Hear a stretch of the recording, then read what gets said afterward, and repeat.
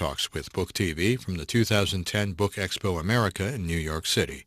He discusses his memoir, Hitch 22, for half an hour. Christopher Hitchens, who talked you into doing an autobiography? I think it may well have been the person who wrote my obituary by accident. In the catalogue of the National Portrait Gallery in London a couple of years ago, there was an exhibit about a group of people, friends of mine and of Martin Amis's, a sort of set, if you like.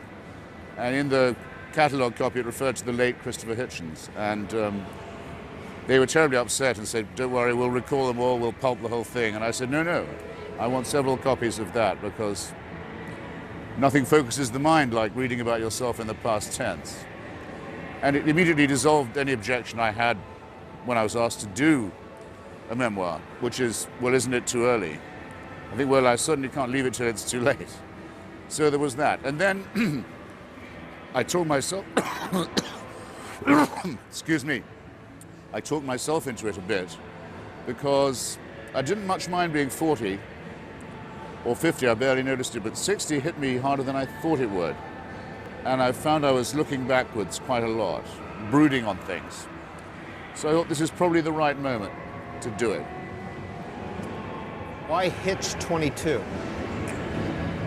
Well, I end up having described a lot of commitments I've had in my life and a lot of ideological battles I've taken part in, with a general polemic against certainty and against purity, against consistency, if you like. I'm no longer a member of any party or any ideological grouping, but I am associated with a group of skeptics who are sure of one thing, which is that nothing's for sure, and you're absolutely certain about the uncertainty principle.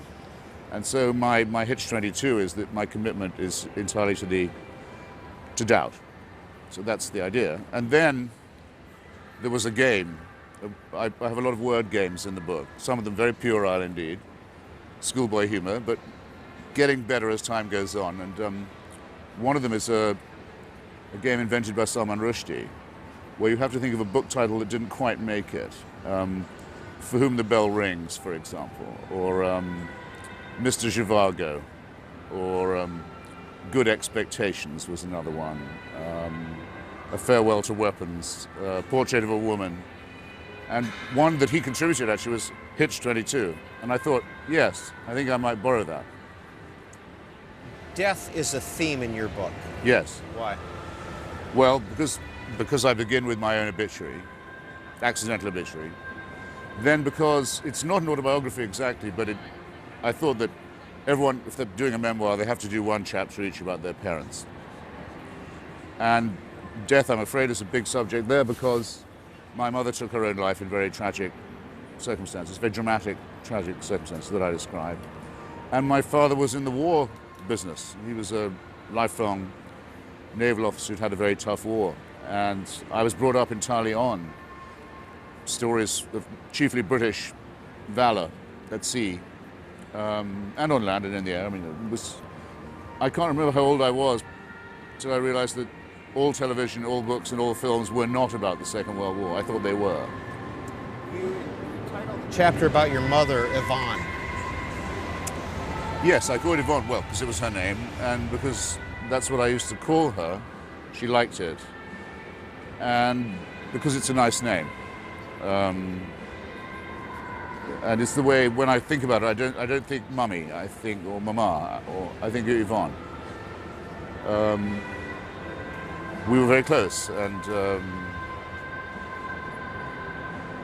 I also used to think, because we came from a slightly drab part of English society, sort of lower middle class, with aspirations, naval and military, and my mother was a sort of failed milliner. She kept trying to open dress shops that never quite made it. And so the sort of the wives of my father's brother officers were called things like Ethel or Marjorie or Nancy or names like that. And I always thought when I was little that Yvonne had a touch of class to it. It was a little bit more cosmopolitan perhaps, a bit more stylish, a bit more soignée. And she was that in my life. I describe her as the gin in the Campari and the cream in the coffee. She was cheerful and humorous, and once said to me that the really only unforgivable sin was to be boring, which has haunted me all my life. Fear of bores, fear of becoming a bore or being boring. Terror, stark terror about tedium. Do you have that fear? Oh, yes. Yes, it's with me always. I think it's probably the most devastating word that one can use against somebody, or risk having used against yourself, yes. Don't be boring. Mustn't be boring. This book is full of names, bold-faced names, as I say. I'm just going to throw some out and have you respond. Martin Amis. Yes.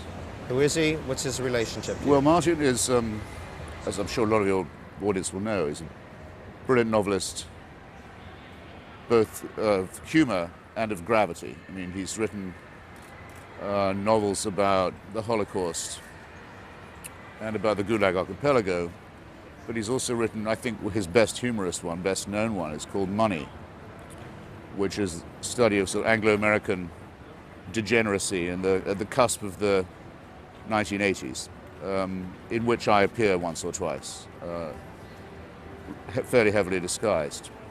And he's my best friend and has been since we were in our 20s. And a chapter of the book is basically a sort of love letter to Martin. And I'd say in that chapter that the question I'm trying to answer is, phrase it like this: can you have a heterosexual relationship with another guy? I don't know whether you can or not, but I decided to give it the sort of old college try. And I described the influence he had on my writing, the way in which we used to have very long, languorous, very tender, very intense discussions about women, the inexhaustible subject. And I show how you can make lead into gold. As I describe a visit we both made to a terrible massage parlor brothel outfit in New York, which he had to go to because his character in Money, John Self, had to go and expose himself to this. So it was field work, and it was the most intensely sordid and horrible and depressing, shameful, really, morning of my life, I think.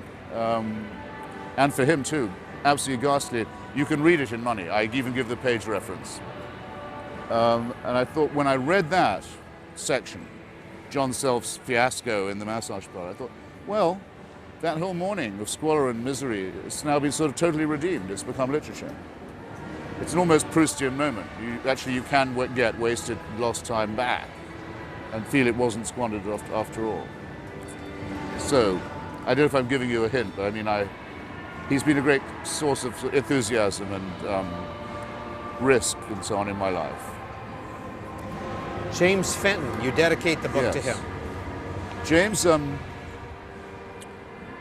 changed my life when I met him at Oxford in the late 60s, where we were exact contemporaries. He is, I think, easily the finest poet writing in English, at least of his generation now. And probably best known to your audience for the poems he wrote from Indochina. It's a surprising thing when you think about it. There's almost no poetry generated by the Vietnam War, or if there isn't a poem everybody knows, as there have been poems from other wars. The best is written by James. I quote some of it. And he, as well as Martin and a few others, taught me that there was more to writing and more to journalism than polemic. You know, I used to think that the test of a good article was how well I'd argued the case, how well I'd sort of laid out the arguments for the left, how bad I could make the right wing look, how I'd marshaled the arguments. It was all very didactic. And though James, like me, was very much to the left, to him it mattered much more how the article was written, making every word count, using irony and understatement and humor. And we actually even wrote a couple of articles together, the only time I've ever done a joint byline with anybody. And he was immensely influential on me in that way. I think prevented me perhaps from becoming boring, to revert to the death trap subject. Peter Sedgwick. Yes. Peter Sedgwick would be less well known to your audience, but he was He was a Marxist intellectual of a very rarefied kind. In other words, he was one of those people who was of the left the left against the left, very, very anti-Stalinist, very much against some of the cult figures of the 60s, like Herbert Marcuse and R.D. Laing, who were being much bandied about. They were conjuring names when I was beginning to cut my teeth. He thought the 60s were probably a bit of a false promise. The counterculture didn't interest him very much. He was a scientist, he was a psychiatrist, believed in objectivity, wasn't easily swayed. Introduced me to the sort of dissident Marxist tradition of writing, Rosa Luxemburg particularly, some of Leon Trotsky, George Orwell, the great C.L.R. James, the great West Indian historian who wrote the best, really the only book on the Haitian Revolution. It's called Black Jacobins. Fantastic book about the slave rebellion in Haiti, and also, incidentally, was the best writer on cricket that's ever been produced by the British Empire. An odd thing for a revolutionary to be doing, but that was the thing about Peter. He introduced you to idiosyncratic types, the sort of tradition of the revolutionary left that got buried by the Hitler-Stalin Pact and by the Cold War, and which had something of a revival in the 60s and 70s. Salman Rushdie. Well, Salman, I devote a whole chapter to him and to his cause, because I was just getting to know him. I'd become a friend of his when he suddenly became even more famous than he thought he was going to become, and even more well known for his writing, all at one go, rather unfortunately, by dint of getting an incredibly bad review from the Ayatollah Khomeini, who, as well as not content with a bad review, offered money in his own name to suborn Salman's murder. An unbelievable sort of frontal attack on civilization. So for many years he had to go into hiding and be off the map. And there were a number of us who were very proud to be his friend at that time and sort of arranged to keep in touch with him, to keep up his spirits. He was afraid at one point, not so much that they would find him and kill him, but that the effort of staying alive would mean he couldn't write. Turns out that he was wrong to fear that. He's written a lot of great stuff since then. He's a very emblematic figure of the 20th century, the idea of the intellectual migrant, the person who's at home in two continents. It's incredible to me that English is only his second language. His first language is Urdu. He writes it, and I would certainly say speaks it, really better than any native speaker does. And, as I say, he hugely improved the level of our rather childish, boyish, schoolboyish word games. I'll give you an example. He was once asked, without any preparation, what would a Shakespeare play be titled if Robert Ludlum was titled? I won't tell you how that all came up, it takes too long, but just picture, if you will, Robert Ludlum naming a Shakespeare play. So someone said, okay, try me, and we said, okay, Hamlet. And he said, the Elsinore Vacillation.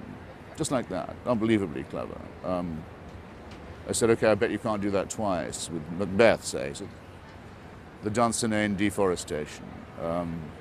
For Othello, the kerchief implication. For the Merchant of Venice, the Rialto sanction, or like that. There are some more in the book. He has a real hold on English literature. He loves it and really knows it. And in addition, as if that wasn't enough, he's become one of the great symbolic figures in the battle over free expression, which never ends. I mean, we never thought perhaps we would have to defend the First Amendment against such an incredibly, fantastically violent, fundamental, literally fundamentalist assault. But I think it was right to notice when the hour had struck when it did. Proud to have had anything to do with that. Go on at length about it in the book. Taking the citizenship test. Oh, yes. Yeah, shortly after 9/11, I realized I've been living in the States for a long time, more than 2 decades, nearly 3. I had a green card that was so old that it didn't have an expiration date on it. It was one of those old ones they used to give out. A platinum green card, you might say. I had 3 American children, an American wife. It's unlikely I'd get deported. And I had a European Union passport and a green card. I could have gone on like that, happily being sort of Anglo-American for the rest of my days, but I began to feel I was sort of cheating on my dues. That I really felt a strong solidarity with American society after that appalling attack on it just down the road from here. And began to feel much more like an American, even, strangely, to feel more like a Washingtonian. I mean, Washington was more like my base, I used to think. Strong identification. So I applied. And, well, it's got very hard to do the paperwork these days. And they kept on making appointments and then breaking them and putting them off. But anyway, then they sent me an exam, which I think even had the answers in it about questions you might be asked at an interview. And some of them were rather trivial, like, what are the advantages of becoming an American citizen? You wanted to think there would be something noble could be said there. You looked at the answers given by the official domain. It said, you can apply for a job in the federal government, and you can bring your relatives in from overseas. Well, one would hope the United States could say a bit more for itself than that. Then there are questions where you mustn't try and be funny, like, against whom did we fight in the American Revolution? Well, I think the answer is the usurping Hanoverian royal family that had usurped power in Britain, but the correct answer is the British, so you have to get all that right. It was a bit dispiriting, but I sat up the night before, not in any fear of failing the exam, but I just sat up and read through the Constitution and the Bill of Rights. And I have a section in there about how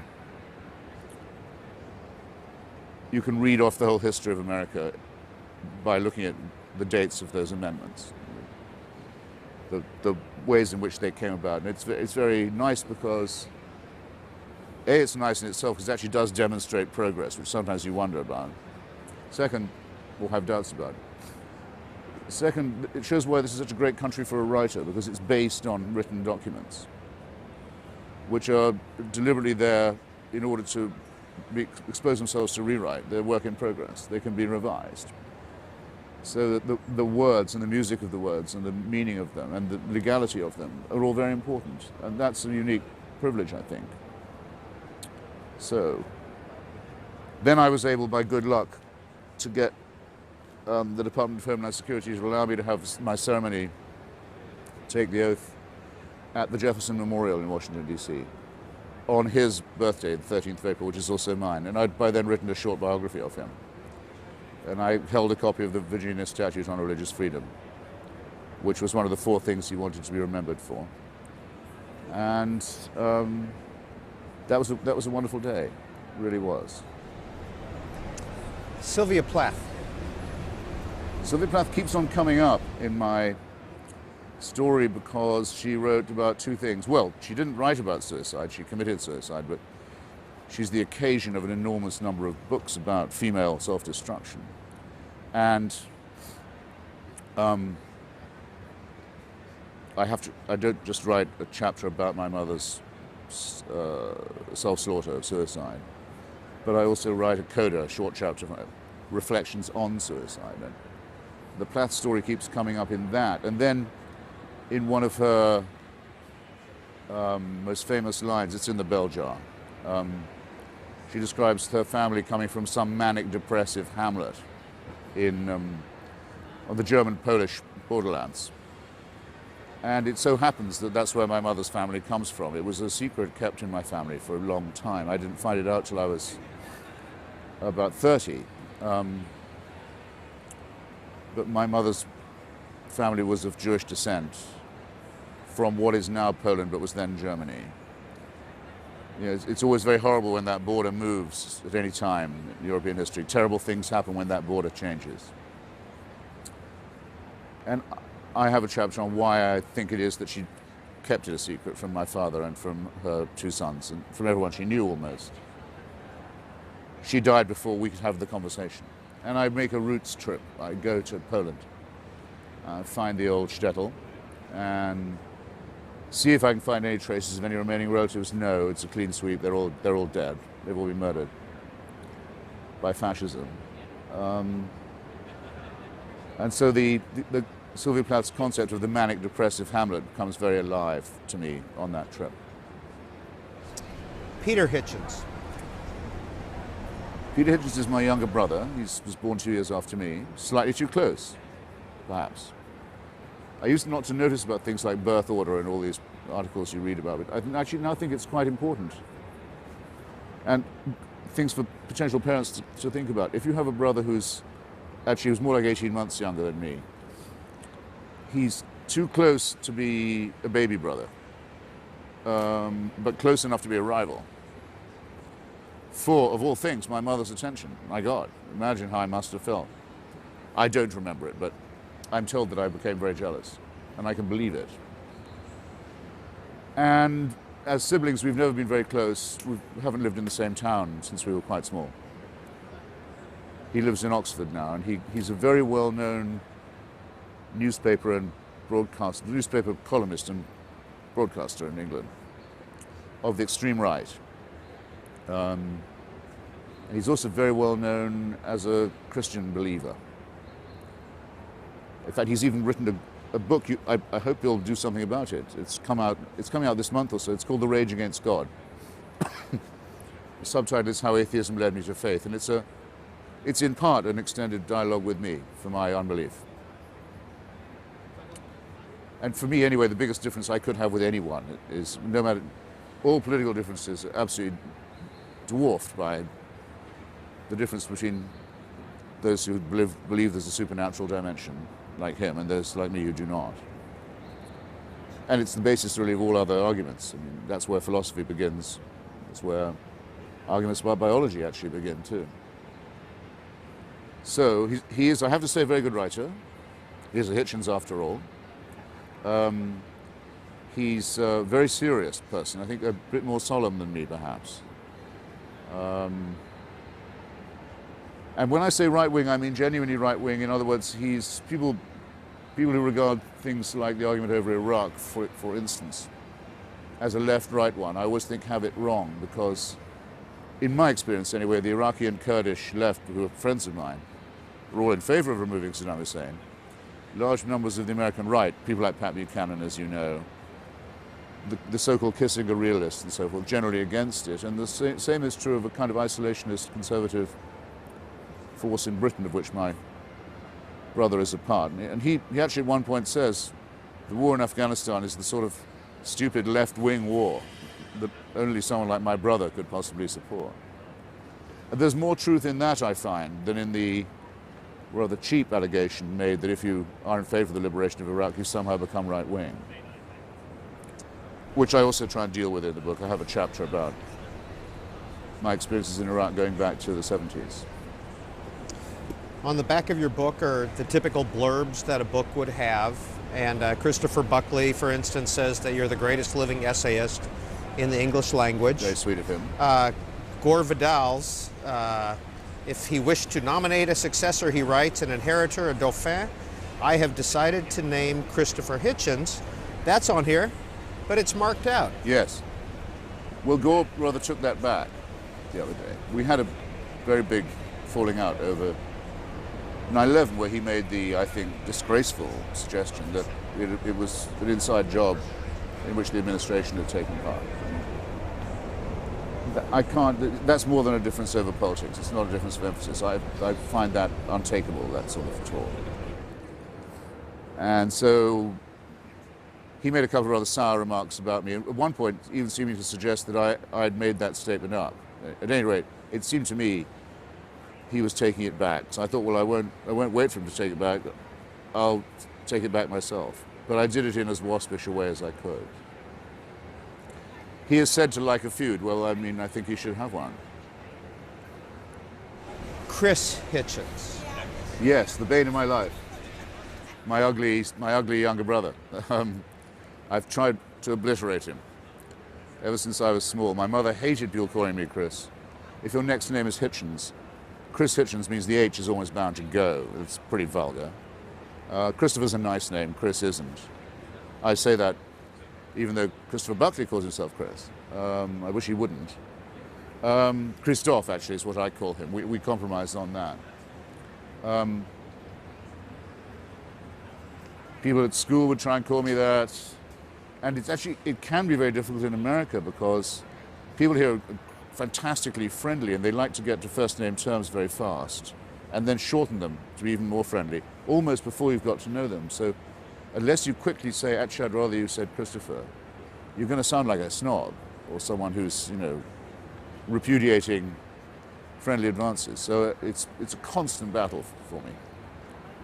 And I think now I've won it because people don't call me Chris anymore. No one who knows me at all does. And anyway, a lot of my friends call me Hitch at last, which is the other reason for the title. And I discovered when I went to my father's naval reunion. He took me to a reunion of his old shipmates years ago before he died. Rather touchingly. I think it was the last reunion they were going to have, these old sea dogs. And I noticed that they all called him Hitch. I'd never known that before. And that was what my friends were beginning to call me. So that's another reason, another fold or wrinkle in the title. What was the process of writing a memoir like for you? Well, it was a good bit harder than I had expected it would be. And I tried to work out why it was giving me such a hard time, and there are 2 or 3 reasons, I think. One, usually when I write, I'm trying to make a case, or put an argument. Not always, but most of the time. Or at least I know exactly what I'm doing. I'm trying to describe a foreign country, say, as best I can. I've done a fair bit of that. With this, I'm not making a case. I'm not making an argument. It's not an apologia. So the sort of style of writing gets a little softer, perhaps, if you're not careful. And then, again, I would normally be trying to see how much I could pack into a given number of words. 5,000 for an article, say, or a long essay might be more, or a short book would be 90,000. How much you can press into this. When you're trying to remember things, if you're like me, who has a very good memory, you may well find you're remembering more than you thought you would, and then you think, I must get this down while it's still in my cortex. So things start to balloon rather alarmingly. You're not being terse at all, you're being very discursive. And that was another difficulty. I turned in almost twice as much as the publisher originally asked for. I'd never done that before. And then, of course, innate in it, you don't know how it's going to end. Or to be exact, how to end it. I had a very hard time wrapping it up. I didn't know really when I was done. In fact, I'm not done. I wake up every day thinking, damn, I should have put that in, or I should have put that differently. But more often than not, something I remembered that it's too late to put in now. People say it's a good sign. It gives me the blues, but book is probably dull. If you're still writing it in your head, it may have some vitality to it. Hope so, anyway. Christopher Hitchens, his memoir, Hitch 22. This weekend on Book TV's In Depth, noted feminist, author, and legal scholar